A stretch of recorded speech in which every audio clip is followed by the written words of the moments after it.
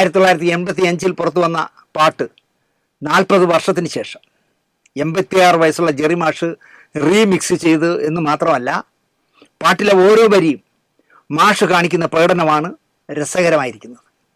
നിഷ്കളങ്കനായ ഒരു ബാലൻ്റെ പ്രകടനം പോലെയുണ്ട്. കോപ്പിറൈറ്റ് പ്രശ്നമുള്ളതിനാൽ ആഡിയോ കേൾപ്പിക്കാൻ ഒക്കുമോ എന്നെനിക്ക് സംശയമുണ്ട്.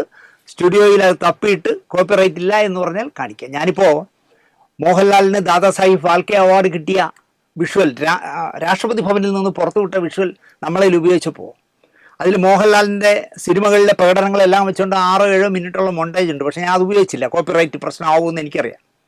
രാഷ്ട്രപതി ഭവനല്ല, ഇനി ആര് പറഞ്ഞാലും കോപ്പിറൈറ്റ് തന്നെ. പക്ഷേ എന്ത് പറ്റി നടാൽ, നമ്മുടെ രാഷ്ട്രപതി ദ്രൗപദി മുർമു പ്രസംഗിക്കുന്നതിനിടയിൽ ഭരതത്തിലെ ഏതോ പാട്ടിൻ്റെ ട്യൂണ് 6 സെക്കൻഡ് കേട്ടതിന് എനിക്ക് കോപ്പിറൈറ്റ് അടിച്ചു.